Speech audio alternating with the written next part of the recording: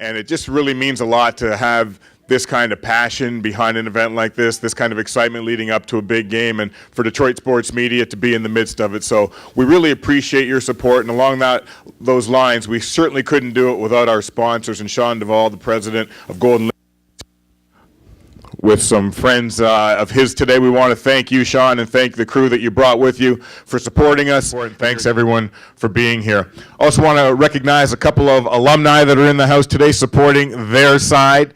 Rondell Biggs, former Michigan standout, in the house today. Rondell, stand up and be recognized. Dan Follis of MSU isn't here yet, but he's going to be here to support his crew today as well, so we'll recognize him when he gets here as well. I'm sure you all recognize in the middle of the room Paul Bunyan swinging that axe. Don't get too close. But we want to recognize Paul and thank him for being here. And Mike and Greg and Darien and Devin, you guys, thank you for your time today. Thanks for participating. Looking forward to the trash talk that'll go on between you. But before we get to all of that, why don't you guys come up? We'll cut this cake here, ceremonial cake cutting, and we'll get this thing underway.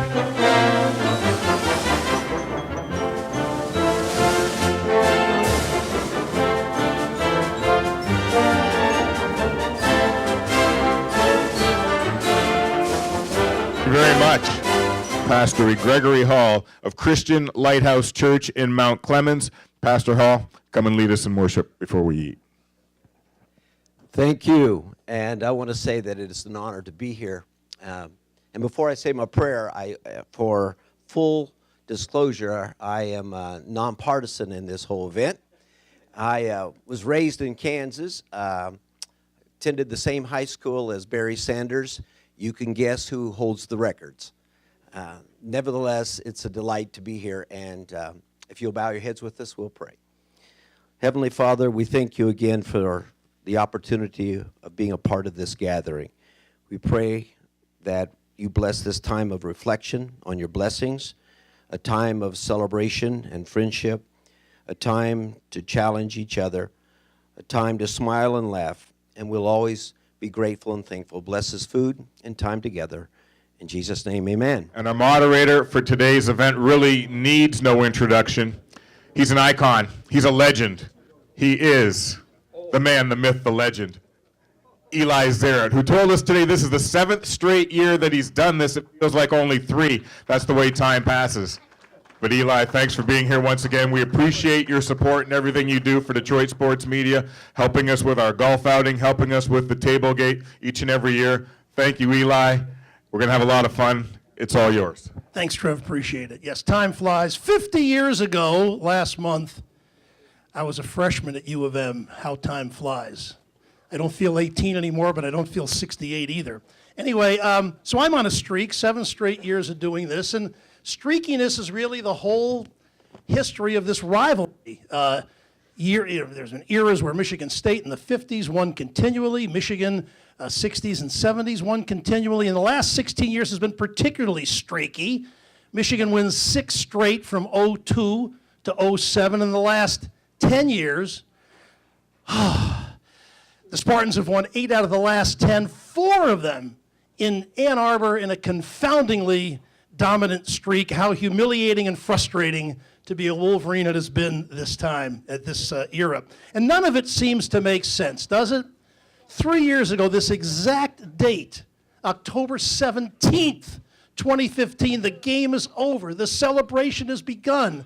And of all things, an obscure kicker from Australia fumbles a snap. And a guy with 3 names named Watts, Jones, or Jalen, whatever his name is, picks it up. Jackson. I know. Okay. I don't remember the name, all right, JoJo? And he not only takes it in the end zone, but he dislocates a bone in the process.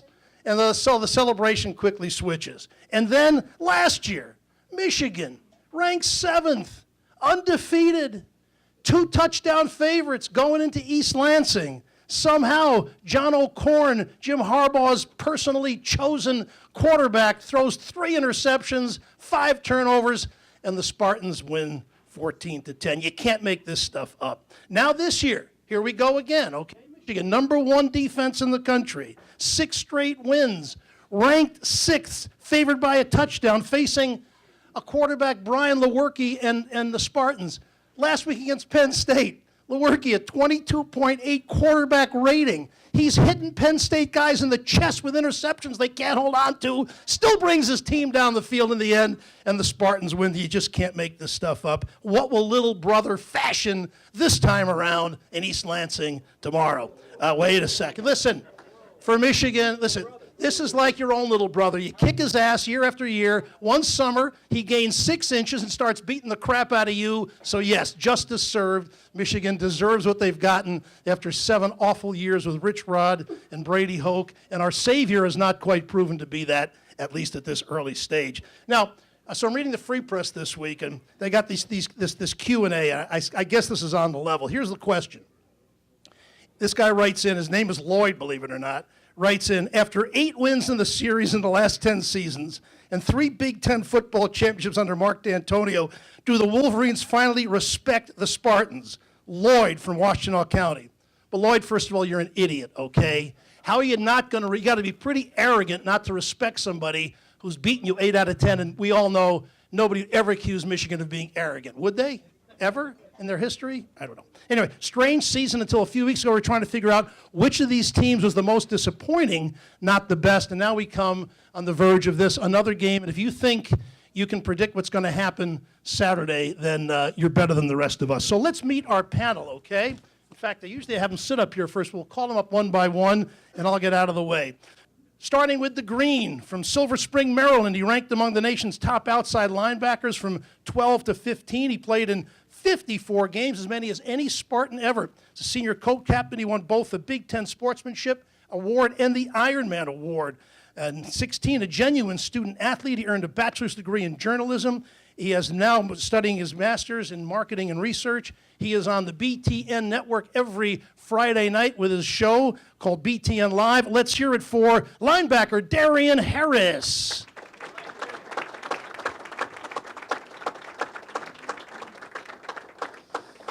On the blue side, at Inkster High, rated the #1 dual threat quarterback in the country. Started for Michigan from 2012 to 2014. Multi-talented, as you recall, he would switch to wide receiver when Denard Robinson started at quarterback and reverted back when Robinson was injured. He ranks #4 in school history with over 6,300 passing yards, including the single game record of 503 against Indiana back in 2013. Of course, I'm talking about Devin Gardner. Let's hear it for Devin Gardner. We'll go back to the green. He gave me a real nasty look when I said little brother, because he's a tough linebacker and a great player, too. From Cincinnati, a true freshman at State in 2007, led the Spartans with 70 tackles, was first-team freshman All-America. In 2008, first-team All-Big Ten. In 2009, Big Ten Defensive Player of the Year, first Spartan to ever win that honor. He was first-team All-Big Ten for 3 years. Also a first-team All-American in 2009. Giants took him in the 6th round of the 2011 draft. He started at middle linebacker. Of course, I'm talking about Greg Jones. Let's hear it for Greg Jones.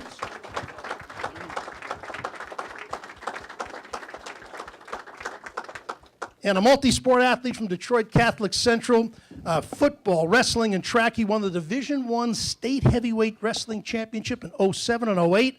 And at Michigan in 2008, as a true freshman, was an All-American defensive lineman. In 10 and 11, he was second-team All-Big Ten, eventually drafted 82nd, 3rd round by the Titans, played 5 NFL seasons. After his pro career, a true, as was, I should have said, Darien Harris, student-athlete, earned an MBA from the University of Miami as a financial planner. Let's hear it for Mike Martin. Mike Martin.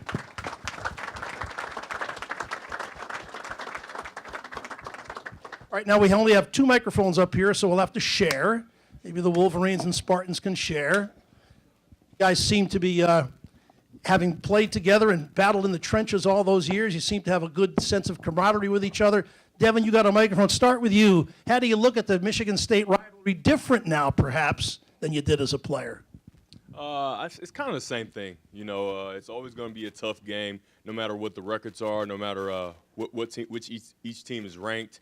you know, it's going to be a hard-fought game. It's going to be disgusting, right? It's going to be kind of a game you watch and you're like, man, they really don't like each other, right? And so I think that this is going to be the same thing this year, right? Michigan State, they haven't played as well as I think they like to, and I think it's a lot of different factors that factor into that. But Michigan didn't start off as well as they'd like to, but they've marched along and done well, and I think it's going to be a very good game. Let's pass it down. Greg, your overview of the rivalry, this game in particular. Go ahead. What's your name again? Big brother. Anyhow, hard to say the 80-10, buddy. Just want to get that clear. Anyhow, what I will say is this, man, the records don't matter. It's a big rivalry in the sense that you will be defined by this game, no matter what your record is. And it molds you as a person as well, too. I remember my first game going in 07, which we did lose that game. But I really want to tell you that after that game, it turned me into a different person. I was a different person in practice that following year, the next 3 years when we won those next 3 years. And it made a big difference in my life. It really did. Why did it make you a different person? Just the emotion because of the game? I realized that in the state, it just made it different for me to walk around. And it was hard to do that afterwards. And I said I never, ever want to feel that way again. And that's what we did. Mike? Go ahead. It doesn't matter. Yeah, All right, so we're going every other here. I'm going to go off of what Greg said, that the emphasis on this game, so as a recruit coming in, they emphasize at Michigan State and Ohio State. Those are the two most important games on the schedule. I mean, every game is important, but we know coming in as recruits, like, these are very important games. And the in-state rivalry, I mean, it defines you. It is. It's something that when you graduate and you leave, people ask, they want to know, what was your record against those two teams? So that's going to go with you for the rest of your life, and it's something that when the week comes up, it's going to be the most violent, most scrappy game you're going to play in. And I remember Jarrell Worthy is a good friend of mine now, but at the time I hated him. I hated him. I had to hear this guy's voice in the paper, in the Free Press, talking about how he was going to beat up on us and all this kind of stuff. And it's dirty, man. It's dirty. But then afterward, we shake hands and we hate each other for another 364 days. So Now, you're from Detroit. Darien, you came from Maryland. So how does being out-of-stater, how does the rivalry get inside you, and how does it become yours, even though you're not a native of this state? Yeah, it was definitely something that you had to learn, and I think that you see it a lot in the media when they're asking, the captains from both games during the week's press conference about this game, and everybody always says, you can't understand it until you actually experience it. And that was a big thing for me, being from out of state, being, from Washington, D.C., from the East Coast, where college football is not even really that big of a thing over there. The ACC, you got Clemson, and that's about it. So you don't really worry too much about what's going on in college sports. When I got to Big Ten country, I realized how important it was, and especially this game. And, kind of what Greg was touching on, Coach D'Antoni used to always say, this game is about being able to walk the streets. That's what he used to say. You win this game, you can walk the streets, you can walk with your head held high, and things of that nature. So you learn really quick about this game. And as everybody said, you throw the records out the window. And it's just different. Jarrell's got a tattoo on his arm of a Spartan stepping on top of a Wolverine. So that's how important this game is to us. Kind of terribly drawn tattoo on my back. But it should be a good one. I don't know. This one, it feels kind of weird because there's a lot of mutual respect getting thrown out there. Everybody's being almost too nice in the media, I think. Coach D's giving Harbaugh a lot of praise in the media and stuff like that. So I know by game time they'll turn it on. But everybody tries to keep it nice and even keel in the media, but once you step on the field, it's a lot different. Do you think, and anybody can answer this one, maybe Devin, you can, there was a time when you talked about the bulletin board, and certainly the Mike Hart comment, which the regrettable one was bulletin board material. People are so careful now. Nobody says anything. This isn't just a bulletin board. With the internet and phones and instant communication, you say anything even marginally inflammatory, and it's going to get out there. Do you think, any of you, that the nature of social media and the way we communicate has made players less willing to say anything inflammatory? Yeah, I think it's a big part of the community and the way life is lived now with the social media and things like that. You know, kids are growing up and they're kind of soft, right? Hold it a little bit higher. I think when Kids you aren't very tough. a little higher on it, 'cause, yeah. Okay. That tends Yeah, to. kids aren't very tough growing up these days, and saying things like that, there's going to be a lot of blowback if you don't produce, right? So, do you have the courage to say something that's kind of out of line, right? It's a little borderline, you know. Maybe you shouldn't say it, but you know, like my car, you say it anyway. And can you back it up? And if you don't back it up, are you going to be able to face the music that you're going to have from having social media, or are you going to be a coward? Are you going to delete your social media? All these things? Are you going to complain about people, you know, saying bad things to you, you know, things like that? And so I think the way we live our lives now and how politically correct everyone has to be kind of forces, like you said, everybody to just pat everybody on the back. But when we're in those lines, it's going to be a lot of aggression, and that's not going to be a problem. Obviously, the Hart line has lived, but it seems to me, I always thought that once the first player or two is over, then it's just playing the game. Is that the case, or is it different in this particular rivalry? But all the stuff before the game, doesn't that end once you hit the first time and you start playing, or not? Yeah, I would say so. I mean, it's football. We don't have time to think about all the. I mean, shoot, half the stuff we talk about in the locker room before the game, we forget about after the first play, because there's just so many other things going on the field and so many other things you got to worry about. So, you know, you take it back to like 2014, you know, when they drove the stake in the ground at Spartan Stadium. I mean, you can go back in the locker room and get upset about it, but after the kickoff, I didn't remember that happened. Which I thought was a terrible idea for the record. Did end up being a terrible idea. Got a couple hits on you that game too, by the way. But I got some really good stories about those things. It's like, why can't we just sneak up on them? Why do we always have to do this stuff before the game when I'm the one that's going to be? I'll tell those stories later. So I guess that speaks to it right there. Right? Yeah. I mean, maybe it does. Maybe it does. Now, you did not get a sack. sack on Devin back in the 2013 game, did you? Not 13, no, Okay. no, not 13. But there were a few. There were a few. But I didn't His get one. I got one in uncle 14. probably got one. I mean, who I got didn't one get in one? 14. There were only 7, so don't exaggerate. My goodness. Okay, I'm going to move in the back here, and we can take some questions from the audience. But let's talk about the coaches a little bit. Certainly, you know, the contrast is pretty stark. Jim Harbaugh comes in with impeccable credentials we don't need to go over. Mark D'Antoni had really been an assistant most of his career, then I think 3 or 4 years at Cincinnati, and he has proven to be so much greater than maybe any of us anticipated. Talk about him as a coach. To those on the outside, he seems very grim, very serious, not a very funny guy. I mean, he smiles like once every 3 years. So what's it like to play for Mark D'Antonio, and does he ever lighten up? Yeah, he lightens up a lot. He's a very funny guy. So our relationship, he recruited me back when when he was at the University of Cincinnati. I was about 15, 16 years old. I'm now 30 now. So that goes how long we've been knowing one another. But he's an amazing guy. He's a family man. And as a coach, he's just honest. That's the one thing that I loved about him. He always let you know where you stand on that team. If you were a starter, this is what was expected of you. If you weren't and you're a backup, this is what we needed from you. And that I appreciate as a coach.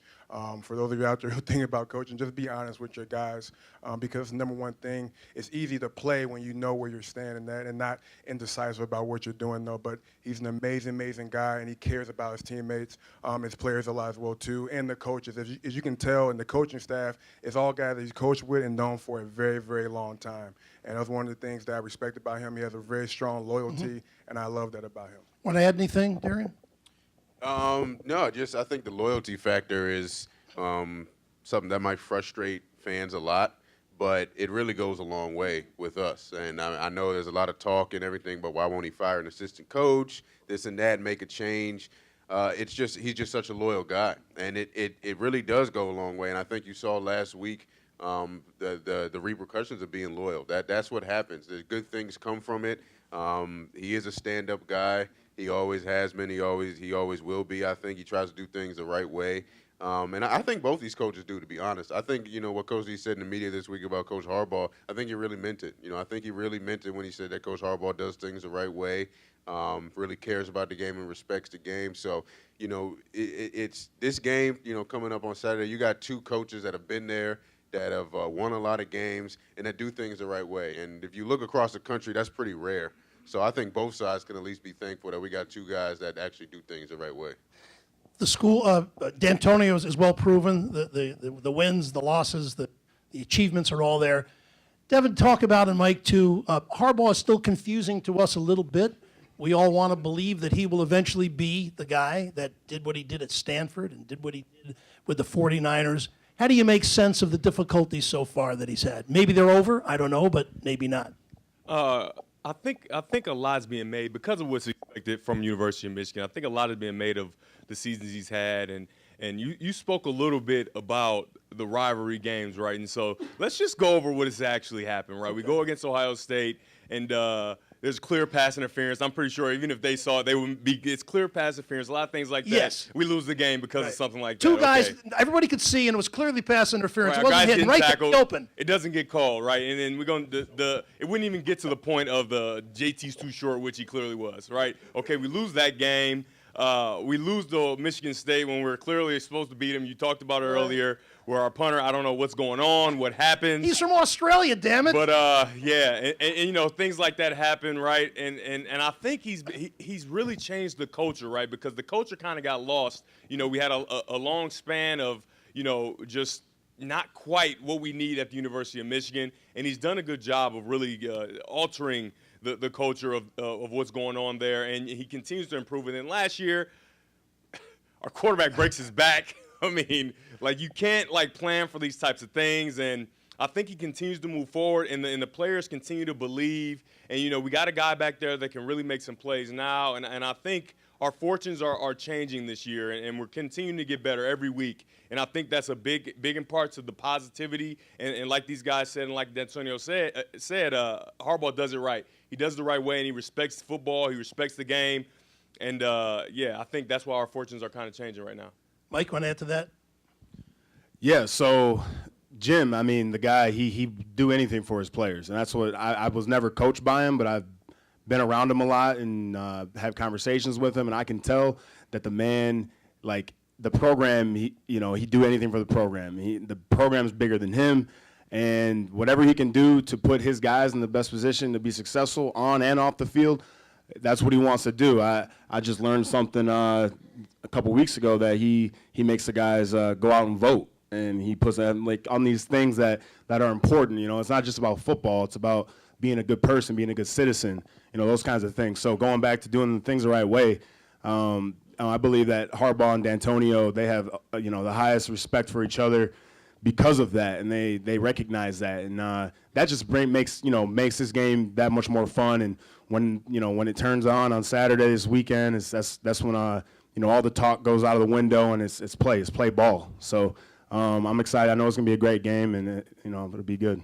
I think a lot of times people may overlook how, to get off the subject of the game itself, how hard it is to be a full-time football player and to be a student. And you two guys on the end are genuine student athletes with postgraduate degrees, et cetera. How hard was it, Darien, to be a football player and a student who really studied and did what you were supposed to do? Was it a 70-hour week, an 80-hour week, and what was that effort like to get through as a player and a student? Yeah, it was absolutely at least an 80-hour week, if not more.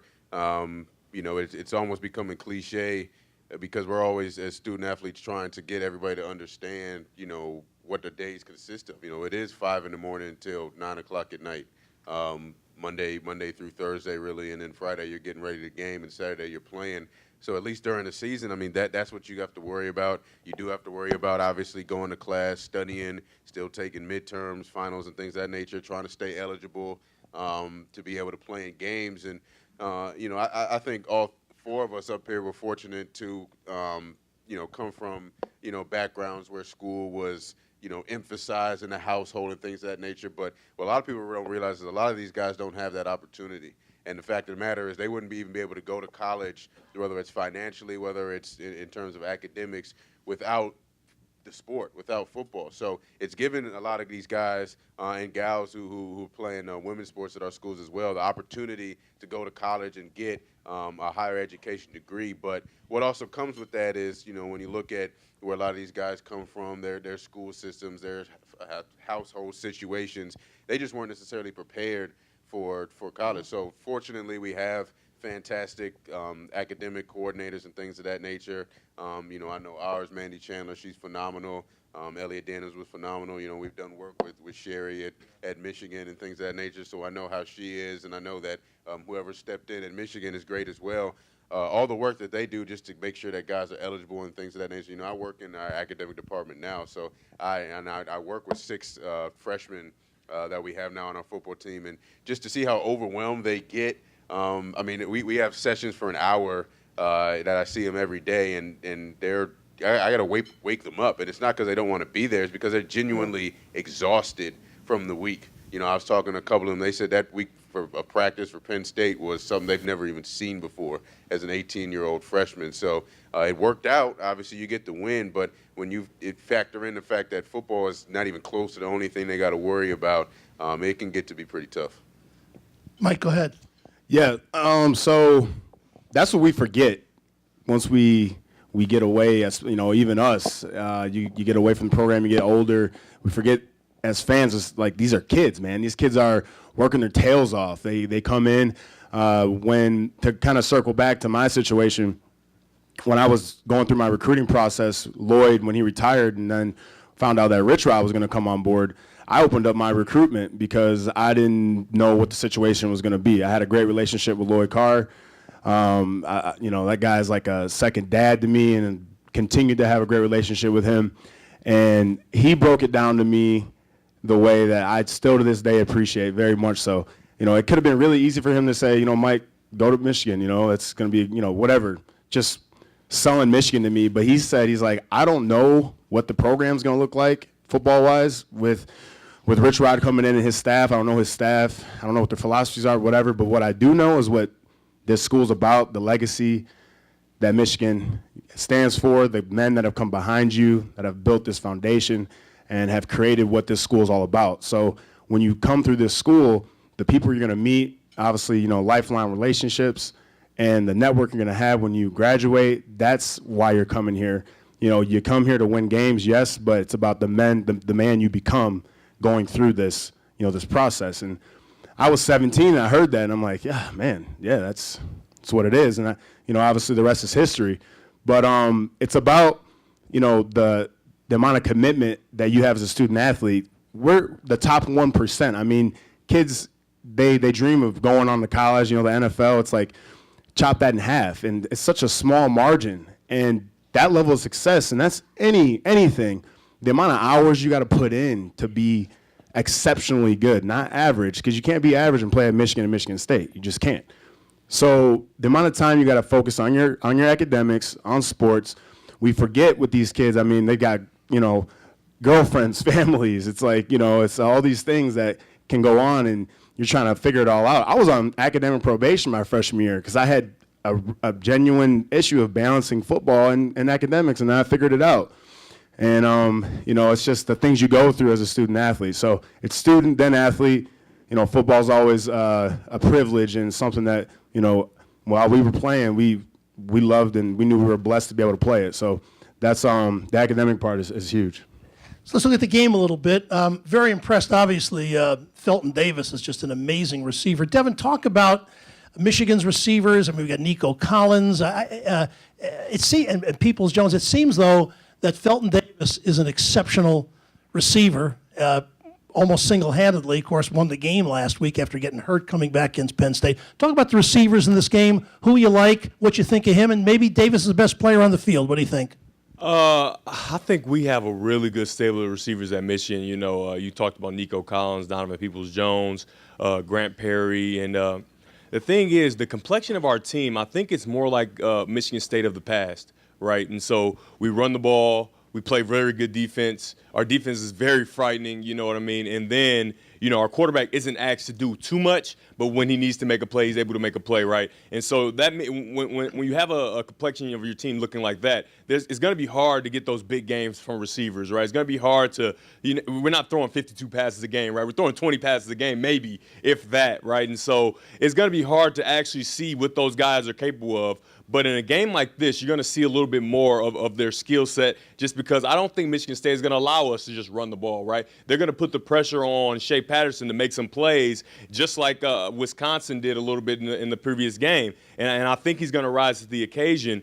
And on the Michigan State side, Felton Davis, he's been phenomenal, right? He's a very good receiver, and I think he's able to show that just because Michigan State's defense, they were pretty frightening. And like I said, I'm going to tell a story about how frightening they actually were, right?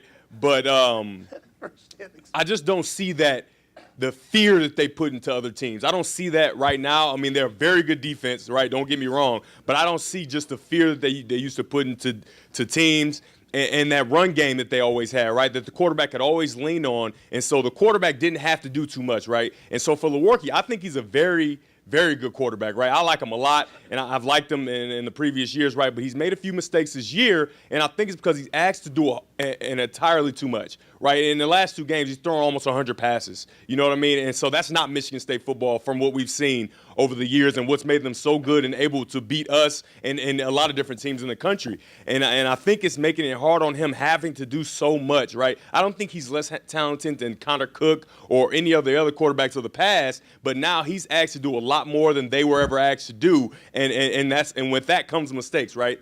And with that, it also comes an opportunity for a guy like Felton Davis to show how skilled he is and for him to make a name for himself in this rivalry and during the season. The cliche always was throw out the records, and frankly, in college football now, you throw out the records for every game, not just Michigan State, because who the hell knows what's going to happen in any game anymore. So, Greg, on paper, Michigan's supposed to win. On paper, they got the #1 defense. They are favored by a touchdown. They're have come around. They've played very well the last few weeks. But of course, we know that the paper doesn't matter. How do you see the game? And Michigan State is an underdog, but how do you see the game going, and what do you hope you see from them?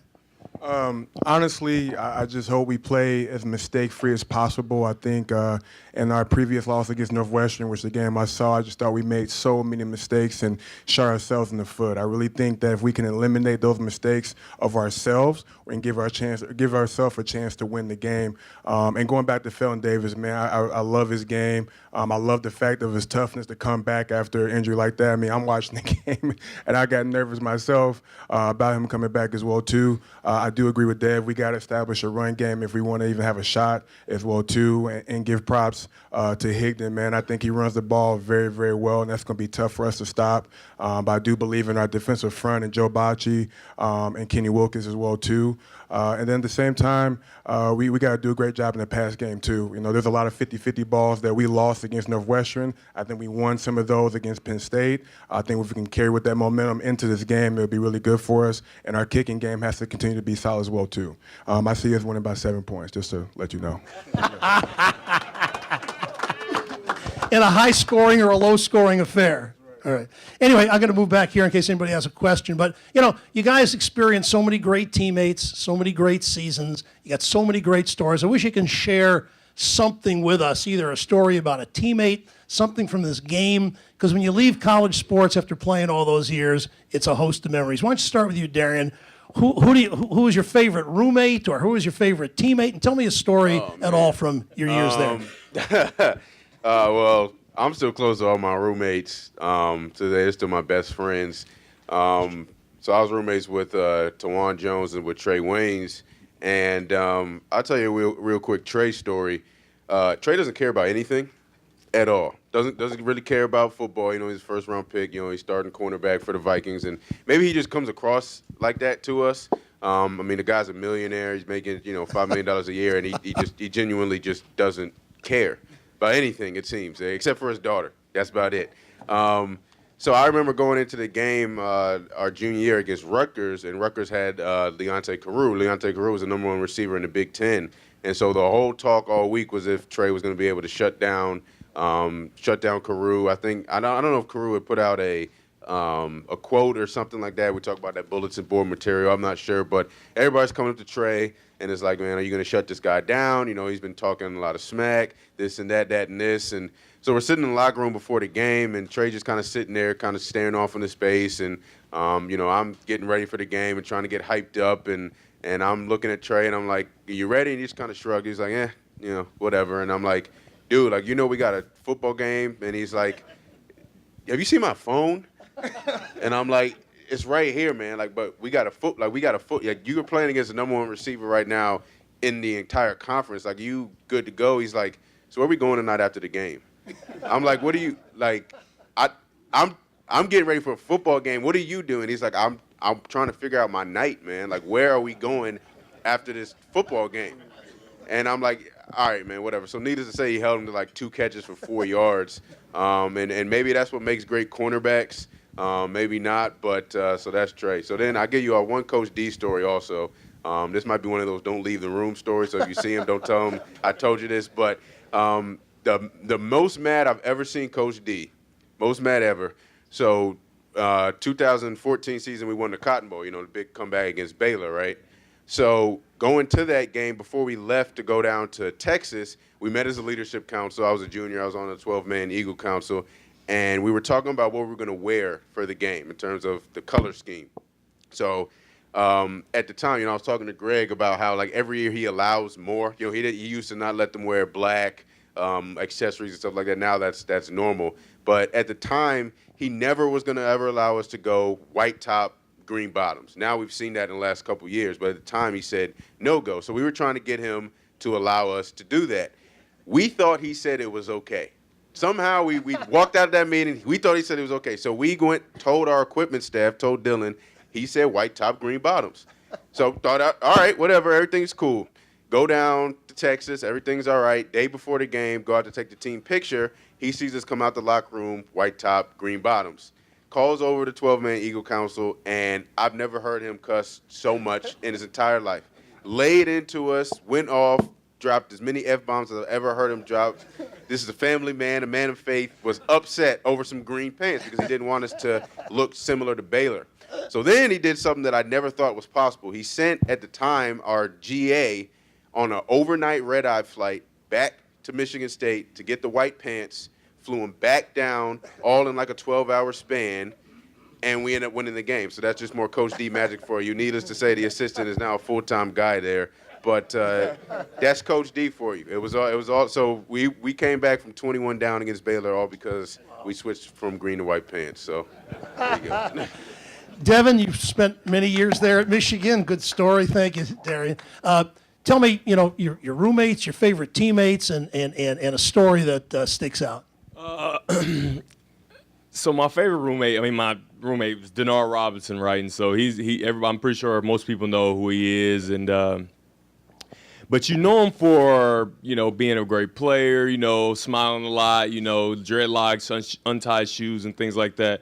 But here's a story about him and a little kid at the mall who knew him for something entirely different, and it's the funniest thing I've ever heard in my life, right? And so we go to the mall, and usually if me and Denard go somewhere in Ann Arbor together, if it's me, it's definitely him, and if it's him, it's definitely me, right? And so we're at the mall, and we're actually leaving. We haven't gotten bothered that much at the mall. A little bit, here and there, guys want to take pictures, sign autographs and stuff. But we're leaving the mall, right? And I don't know if this kid followed us around the entire mall or whatever, but he stops us. He said, "You Devin Gardner, right?"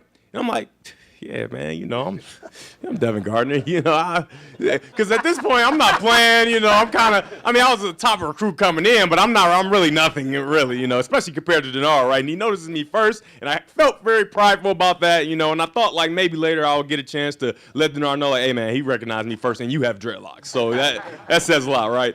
And so he looked, and Denard kind of like waiting for him to say, yeah, he Denard or whatever, and he's like, and who are you? He like, I'm Denard Robinson. He like, no, you not. And so Denard, he's a real passionate guy. And Mike could probably tell you, he's passionate. He gets really passionate, and you can't even understand what he's saying when he gets passionate about things. And he gets passionate about the weirdest things, and it's like, why are you so passionate about that? But whatever. He's like arguing with this little kid in the middle of the mall. And he's like, yeah, you're not Denard Robinson. He's like, yes, I am. I'm telling you, I'm Denard Robinson right now. I'm telling you, I'm Denard Robinson. And he like, he looked him in his eyes, and he's like, well, show me your hands, right? And I'm like, what, show your hands? What are you talking about? And he's like, Denard like, what? He like, show me your hands. Because Denard Robinson's hands are always ashy. And so I laughed so hard. And Denard pulls his hands out and he shows him his hands.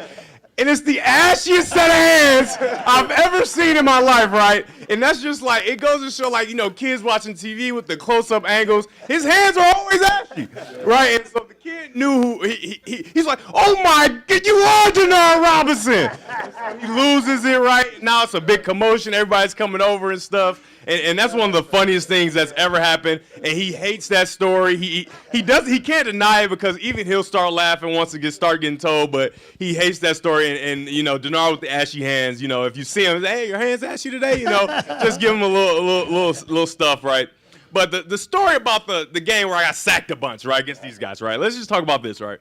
And so everybody knows what happened. 7 sacks, right? But I don't know to the extent in which I was in pain and near death. Right, so I go in the game, you know, we playing well. We're not playing well. I played, you know, pretty good. You know, actually I had one of the best seasons from a quarterback, aside from getting sacked so many times against that defense who was very terrifying, right? They had a lot of guys. DeNico's Allen's the best player I've ever played against for the record. So he said we go through the game. I get sacked 7 times or whatever, and after the game I'm coughing up blood. Like in the middle of the game I'm coughing up blood and I'm still trying to fight through. And then we get to pretty much the end where there's no chance of us getting in there, like, hey, you got to stop, right? And so I come out and I'm on the sideline, I'm throwing up blood. And so that next week, I didn't practice until Thursday because, like, my chest was bleeding, right? Because I don't know what they did, but they hit me a lot and whatever, right?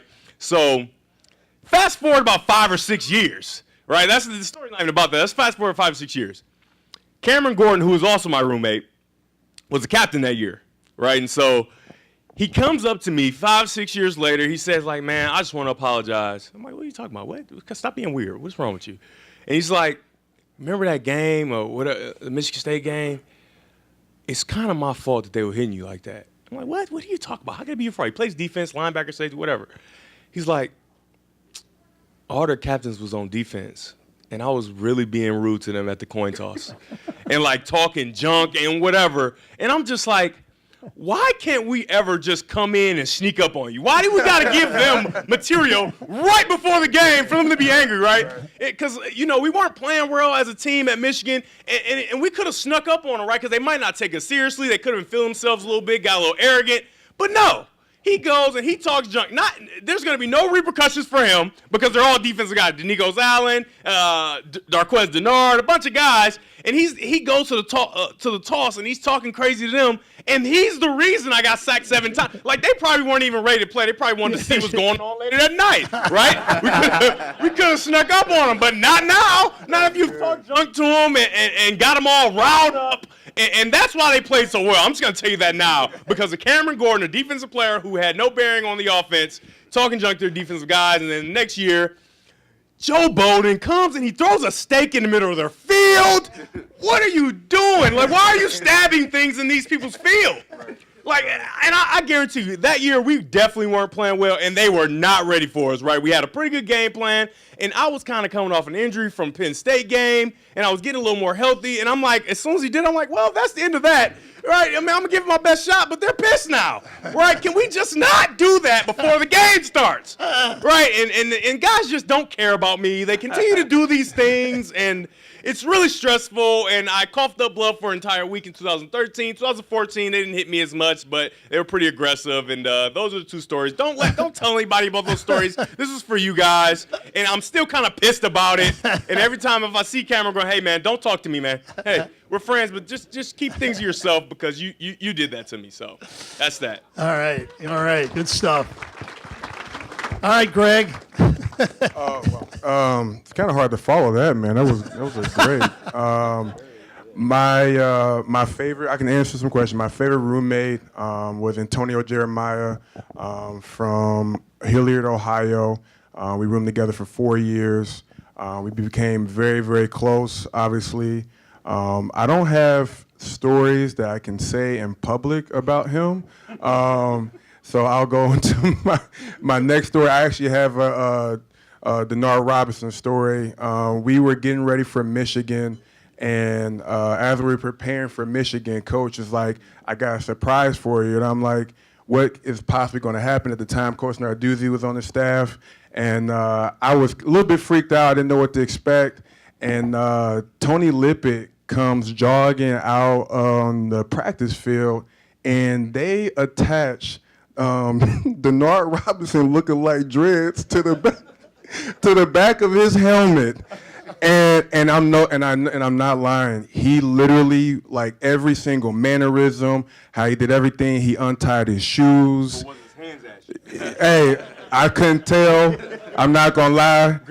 I was still blown by the fact. I'm like, this dude really looked like Denard Robinson. And that first part of practice, I'll be very honest with you, Tony tore us up. And he gave us a huge run for our money, and ever since then, man, like, it just made us play so much better. We ended up going to win the game. But those are my two biggest memories right now. But I can't tell a story about Antonio Jeremiah, man, because I love him, I respect him, and that would make him look really bad, man. But he's a really good guy. He ended up becoming the godfather of my daughter, who's now 4 years old, and we stay in touch, though. So that's all I got for you guys. Thank you. Great, thanks, Greg. All right, Mike, you're up. So I didn't know that about Cam, man. That's hilarious. He thinks it's hilarious, probably. So I'm kind of mad at Cam too. So we're both in the same seat. Now this happened just a few months ago. Cam is now a state policeman, and he's doing some cool thing. That's awesome. I'm real happy for him. But that doesn't mean you should use your powers as a state policeman to pull over your friends and scare the living hell out of them, man. I'm driving down the highway, 696, and he wasn't even in this car. Now, the guy, he pulls me over, and I'm like, I wasn't speeding. My tags everything's good. We're good to go. And pulls me over, and he's like, license, registration, okay. What? Officer, what I get pulled over for? Just give me a second. I'm like, what? I'm like, that's okay.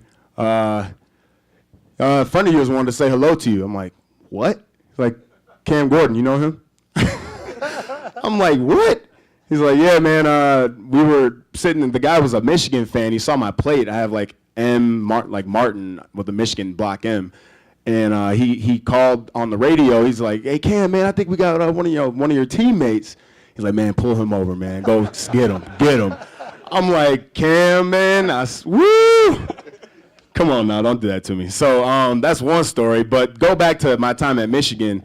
Brandon Graham, good friend of mine. He wasn't my roommate, but one of my really good friends. He's a trip. He was one of the funniest guys, like, always happy. I've never seen the man, like, not smiling, same kind of demeanor. But when he's on the field, like, you don't want to be around him. And I know you can attest to that, like, in practice, man. He's just can't stop the man. So, but before the games, he likes to take naps.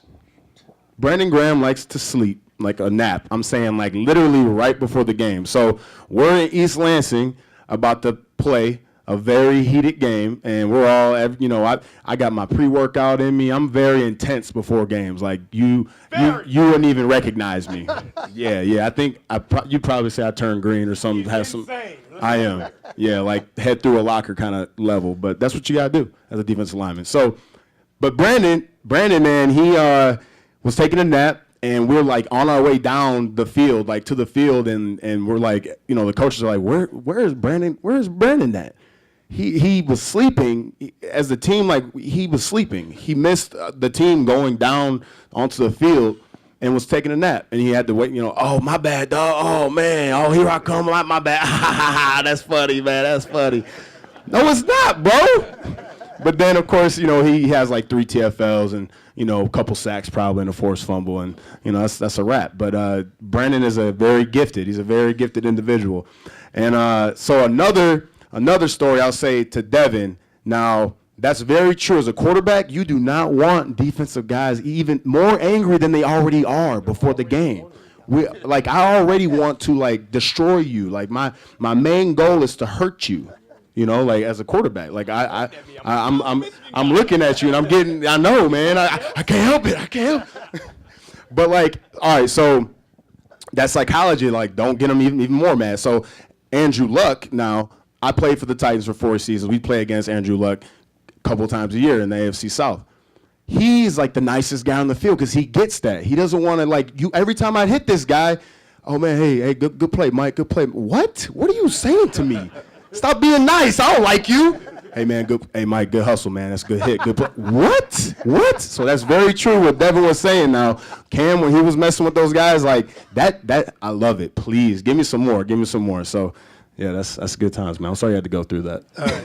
I would say, without a doubt, the oldest, or let's say the most mature former Spartan or Wolverine played for Duffy. No, not Duffy. Who'd you play for? Who'd you play for in the 50s? Dan Follis played for Spartans. Was it either Biggie Munn or Duffy? Duffy, okay, played for Dan Follis. Stand up and wave to the crowd.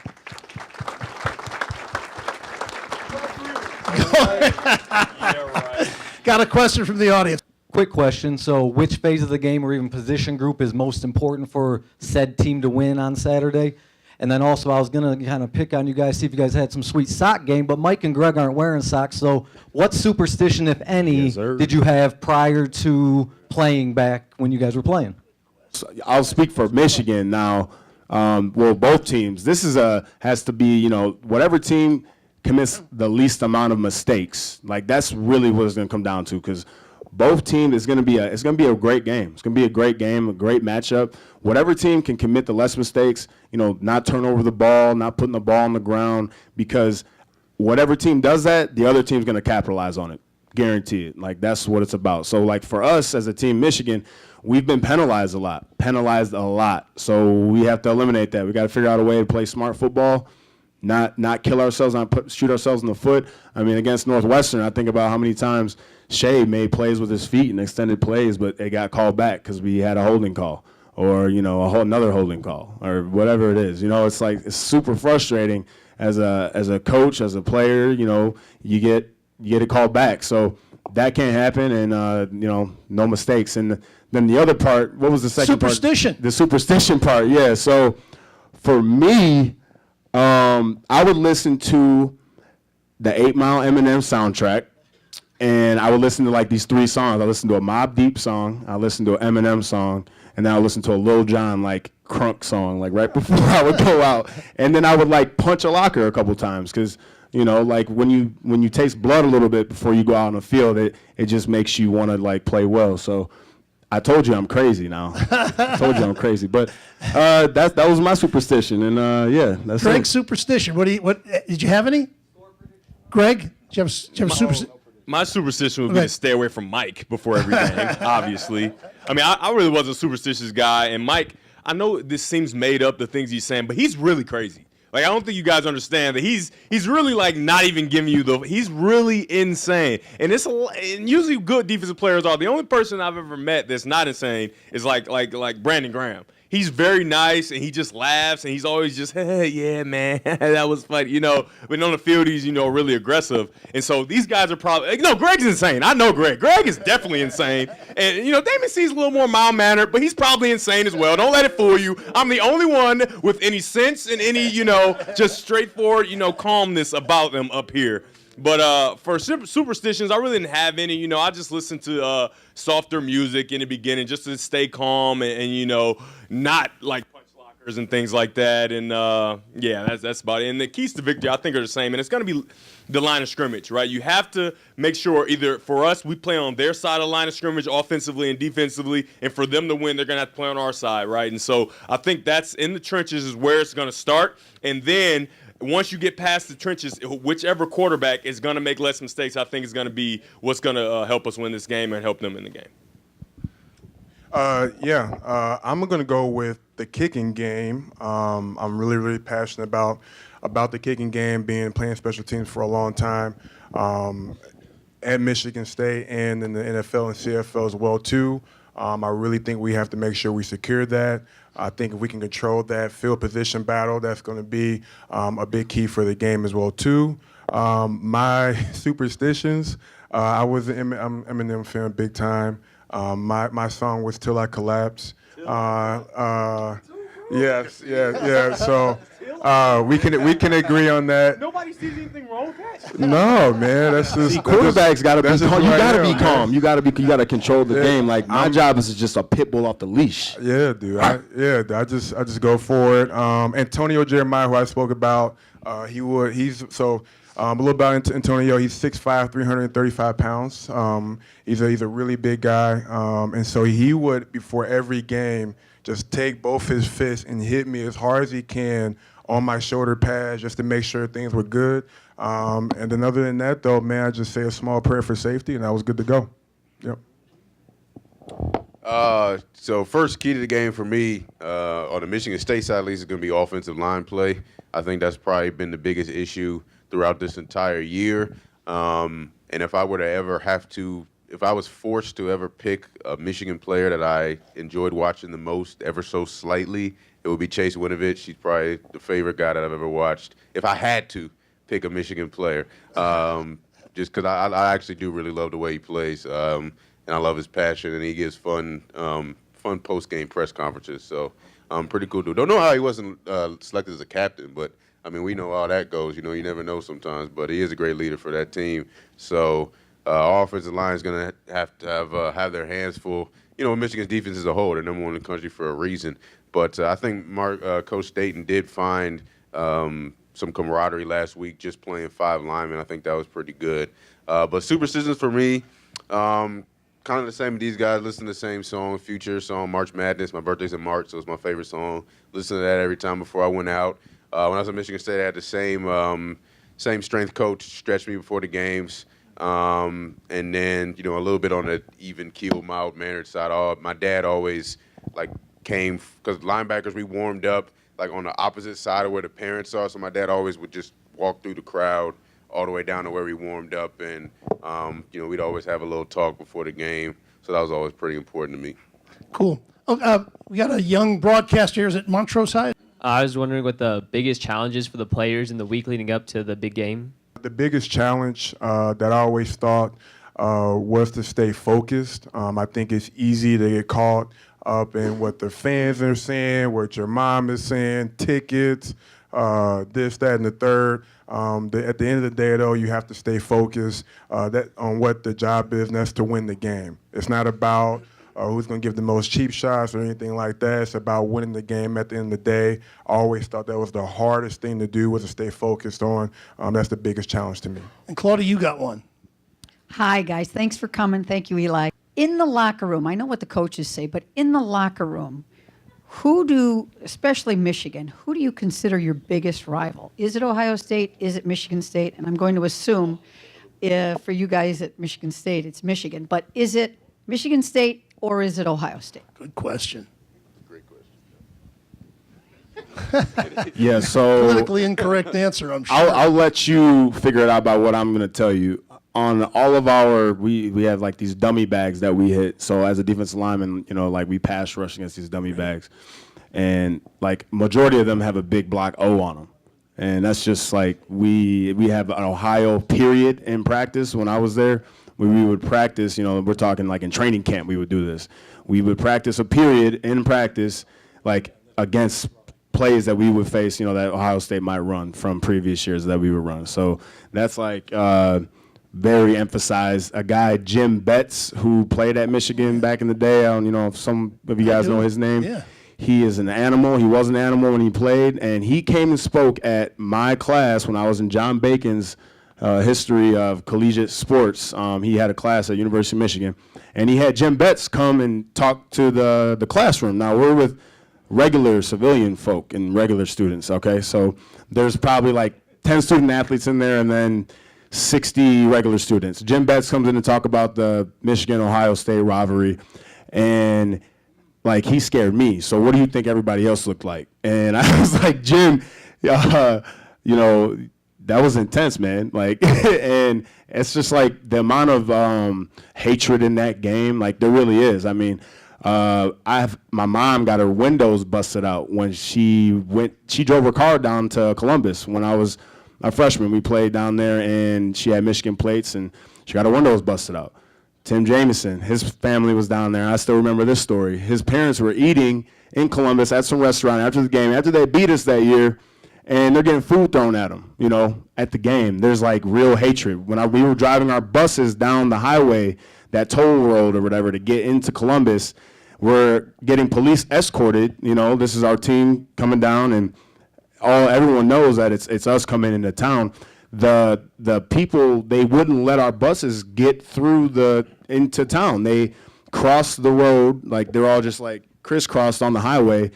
The policemen had to get out. They're out of their cars giving us the bird, you know, right there, like we're sitting, we can't move. The policeman had to get out and say we're gonna arrest you if you don't move, because we need to get moving here. But like that's what that is all about. So it's real, and we're talking like, you know, State Farm's got to deal with some issues too when that week rolls around. So it's hate. It's hate.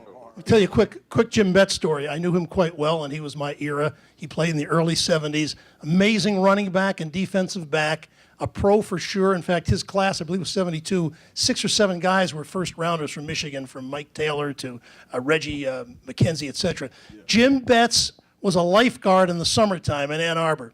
And one day his kids were throwing him in the pool, and they grabbed his whistle, and it let go of it, and it sprung back, and it knocked his eye out, and he still got drafted by the Jets as a one-eye defensive back, but couldn't. So many great careers that could have been in football are just ended by a freak injury or an unfortunate injury. Great guy, Jim Betts. I'm glad you brought him up. Anyway, my feeling, I'm going to bring up Will Tieman here in a second. My feeling on the game is Harbaugh's got to win this one. Michigan's got to win this one. 1-6 against your rivals. I think the pressure is on Michigan, and I don't know what's going to happen, but if they lose again to Michigan State, it's going to be another long, ugly year. Will Tieman, who does the play-by-play on the Spartan Network, your thoughts on the game, sir? We're going to win.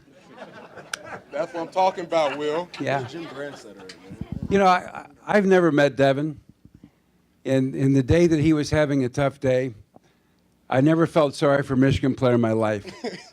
I was waiting for the boxing thing. Dear God, don't get up. Throw out that towel. Just be done. And I really thought you were the only guy playing that day, and I congratulate you for that. Thank you. That's as good as it gets for me. Everybody wanted to know what happened at Penn State. Number one question I've gotten today. And if everybody, you know, the guys have talked about the keys, turnovers, kicking. These are all true. But Coach D'Antonio, in our pregame chat before the game at Penn State, he talked about a belief system. And I think that's why Michigan State beat Penn State, because they have a belief system. I could take that roster and tell you 12 reasons why MSU had no shot to beat Penn State Saturday. Down 6 starters, didn't even make the trip. We got freshman receivers. Most people don't know who they are, and they're playing big. But there's a belief system in place that Coach D has put there. And so if it's a big game, and you hang around him, and you sense the belief system, you believe you're going to win.